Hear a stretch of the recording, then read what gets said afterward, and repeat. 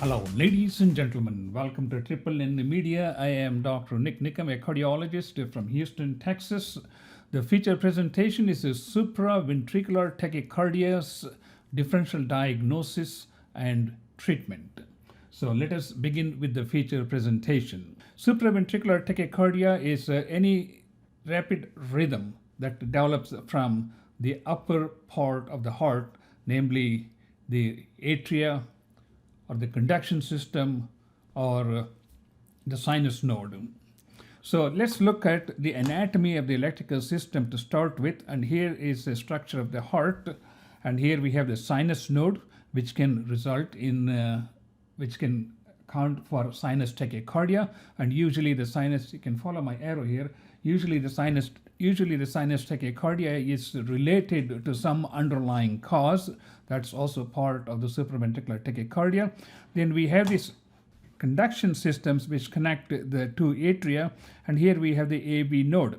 AV node is another important structure which can give rise to AV nodal re-entry tachycardia. So that's an important thing we need to keep in mind. Then sometimes we have accessory pathways which are causing the WPW, or the Wolff-Parkinson-White syndrome. And after that, we have the tricuspid ring, which also acts like a circuit, giving rise to arrhythmias related to atrial flutter. Then we have the conduction systems, which can also give rise to tachycardias, like the AV node or the bundle branch blocks.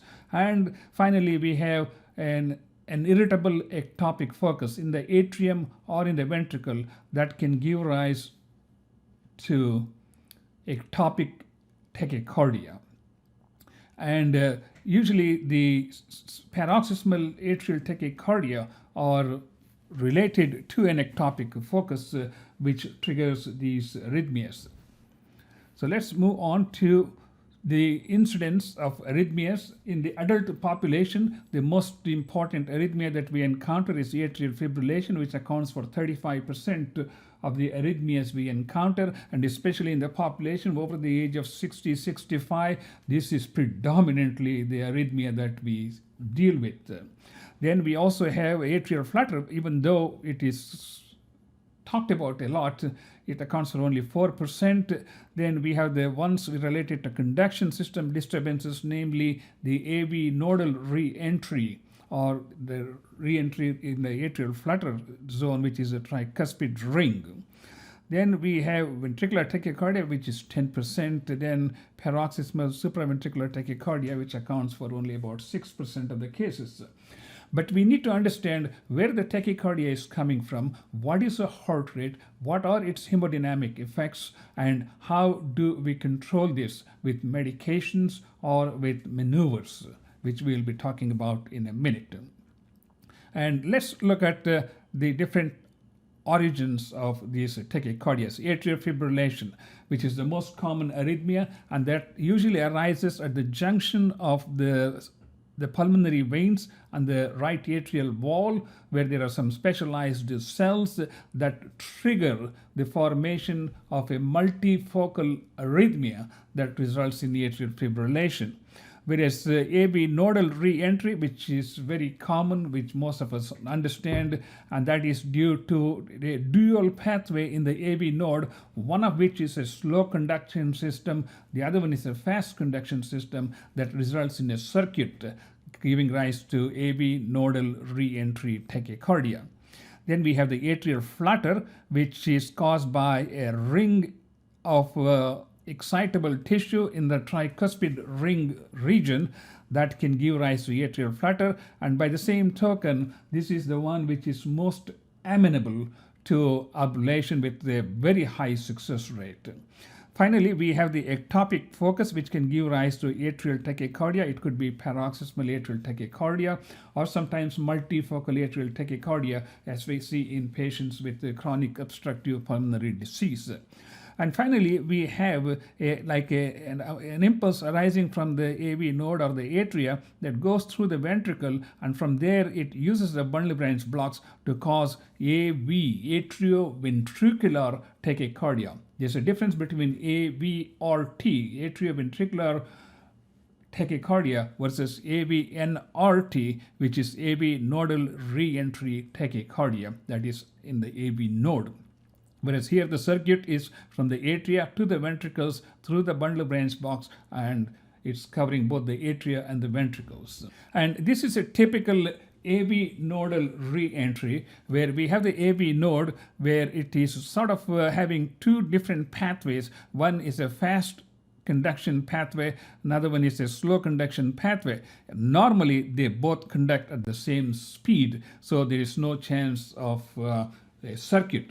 Whereas if we have a system that is conducting slowly through one of the pathways and fast through the other pathway, the impulse coming through the faster pathway activates the ventricles, and then it comes around and activates the refractory tract, which was dormant, and then it creates a circus movement resulting in AV nodal re-entry tachycardia.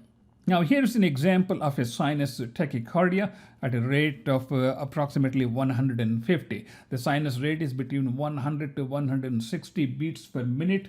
Whenever you see sinus tachycardia, it is not the cause. It is the sinus tachycardia is a symptom. It's not a disease. Sinus tachycardia is caused by myocardial ischemia, myocardial infarction, hypotension, pulmonary embolus, hemorrhage, fever.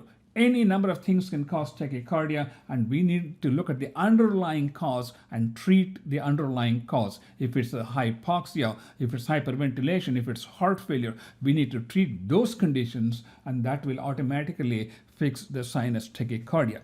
But there are times when the sinus tachycardia may be too fast, which can be slowed down with a small dose of a beta blocker if needed. So always remember, sinus tachycardia is a symptom of an underlying condition, and that's what you really need to look at. And most people try to ignore that and try to just slow the heart rate down without paying attention to myocardial ischemia, hypotension, hemorrhage, fever, or blood loss. These are the things that we need to keep in mind. Okay, the paroxysmal atrial tachycardia, which happens, as I said, is from an ectopic focus, and it just fires at a set rate between 160 to 225 beats per minute. It is a narrow QRS tachycardia. We may not be able to see the P waves distinctly, and this may respond to vagal maneuvers or adenosine 0.6 milligrams first dose and 12 milligrams bolus second dose. If they don't work, a beta blocker may be helpful in keeping the ventricular rate down until we have a definitive diagnosis. Paroxysmal atrial tachycardia can easily be identified by electrophysiologic studies, and an area can be frozen, which can lead to permanent cure for paroxysmal supraventricular tachycardia. The next thing is that we're going to look at atrial fibrillation, which is irregular rhythm, narrow QRS complex. The RR intervals are grossly irregular, and there is variable conduction. They respond to beta blockers fairly well, but not always. And the radiofrequency ablation success rate is about 70%, considerably lower compared to atrial flutter or paroxysmal atrial tachycardia. But when we are talking about patients with atrial fibrillation, we also need to be concerned about the rate, which can be extremely fast at times, and that has to be controlled with medications, predominantly beta blockers or calcium channel blockers, depending upon the patient's left ventricular function. When we are dealing with atrial fibrillation, we also need to be concerned about anticoagulation because of the potential problem of left atrial thrombus leading to embolic events in the future. Quality of life is significantly affected by atrial fibrillation, hence control of rate may be of paramount importance. If we can get them into sinus rhythm, that would be even better. Even if they are in sinus rhythm, still they may have symptoms. And we need to realize that patients with heart failure do not do well when there's atrial fibrillation with rapid ventricular response. And the rapid response may be secondary to acute heart failure. So these are things we need to keep in mind. And of course, longevity is affected by the presence of atrial fibrillation. Whether the patient has paroxysmal or permanent atrial fibrillation, as far as management is concerned, the management is basically the same and their prognosis is not much different. But I think it is the quality of life, control of heart rate, and minimizing worsening of heart failure symptoms. Those should be the focus when we are dealing with patients with atrial fibrillation. Next, we have atrial flutter. Which I told you is related to a ring-like specialized cells causing a circuit at the tricuspid ring level, and this can easily be ablated using radiofrequency ablation. Atrial flutter rate is 225 to 320 beats per minute with variable conduction. They generally respond to beta blockers and calcium channel blockers. The good thing about atrial flutter is there is 95% or better success rate when it comes to radiofrequency ablation. They also need to be on short-term anticoagulation if they are going for any kind of procedure or cardioversion, anything like that. Atrial flutter can also affect the quality of life, worsening of heart failure, and longevity. It's better to get these patients into sinus rhythm because atrial flutter is something that can easily respond to radiofrequency ablation. If not, if it's a chronic atrial flutter, we need to control their rate with beta blockers and or calcium channel blockers. Finally, we are going to look at the AVNRT, which I was talking to you about. There is a fast pathway and a slow pathway where the impulse goes through the fast pathway and creates a circuit resulting in a supraventricular tachycardia ranging from 160 to 225 beats per minute. Narrow QRS complex. We may or may not be able to see atrial waves. Sometimes we may see a retrograde P wave like here. I don't know if you can imagine that. But anyway, it does respond to any vagal maneuvers that increases the vagal tone and thus block the AV node. It can be vagal stimulation or adenosine, 6 milligrams or 12 milligram bolus. They respond to beta blockers, and ablation may also help to alleviate this AV nodal reentry tachycardia. Okay, couple of words about supraventricular tachycardia with aberration, which is generally seen in patients with underlying bundle branch block, and it may look like ventricular tachycardia, and it is also seen in patients with WPW, and here the rate could range anywhere from 100 to 300 depending upon the underlying arrhythmia in the presence of a bundle branch block or an accessory pathway.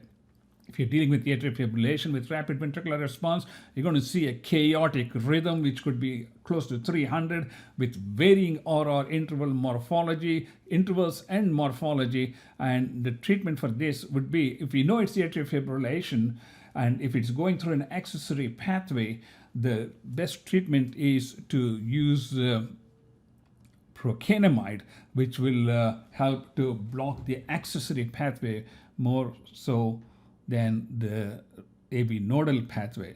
Beta blockers may be useful in patients with just underlying bundle branch block, which can result in wide QRS tachycardia, supraventricular tachycardia, and sometimes we see this in patients with rate-related bundle branch block. The rate goes to 140, they develop left bundle branch block, and if we know the underlying history, it may be easier to treat these patients. Finally, we have this is a WPW, and finally we have wide QRS tachycardia, which falls into the ventricular tachycardia, which we are now going to cover at this time. I'm going to say a few things about cardiac drugs that are commonly used in supraventricular tachycardia. Beta blockers are the main class of drugs, along with calcium channel blockers, used to one, reduce the heart rate. They are not used to convert the rhythm into sinuses, not in patients with atrial flutter or fibrillation. Occasionally, it may do so in patients with paroxysmal supraventricular tachycardia. The usual initial dose is metoprolol 2.5 to 10 milligrams bolus, followed by 25 to 200 milligrams once or twice daily. Diltiazem is 60 milligrams every 6 hours. It can also be given as a bolus. As we know, it's been used for patients with atrial fibrillation with the rapid ventricular response.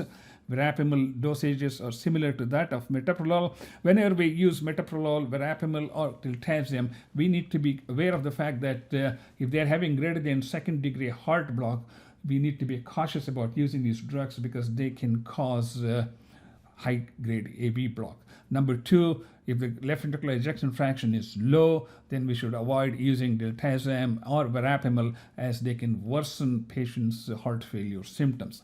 Digoxin is occasionally used in patients with atrial fibrillation with rapid ventricular response as a short-term management, especially if the patient has a decompensated heart failure, where it may acutely help, but later on they need to be switched over to more benign drugs like beta blockers or calcium channel blockers.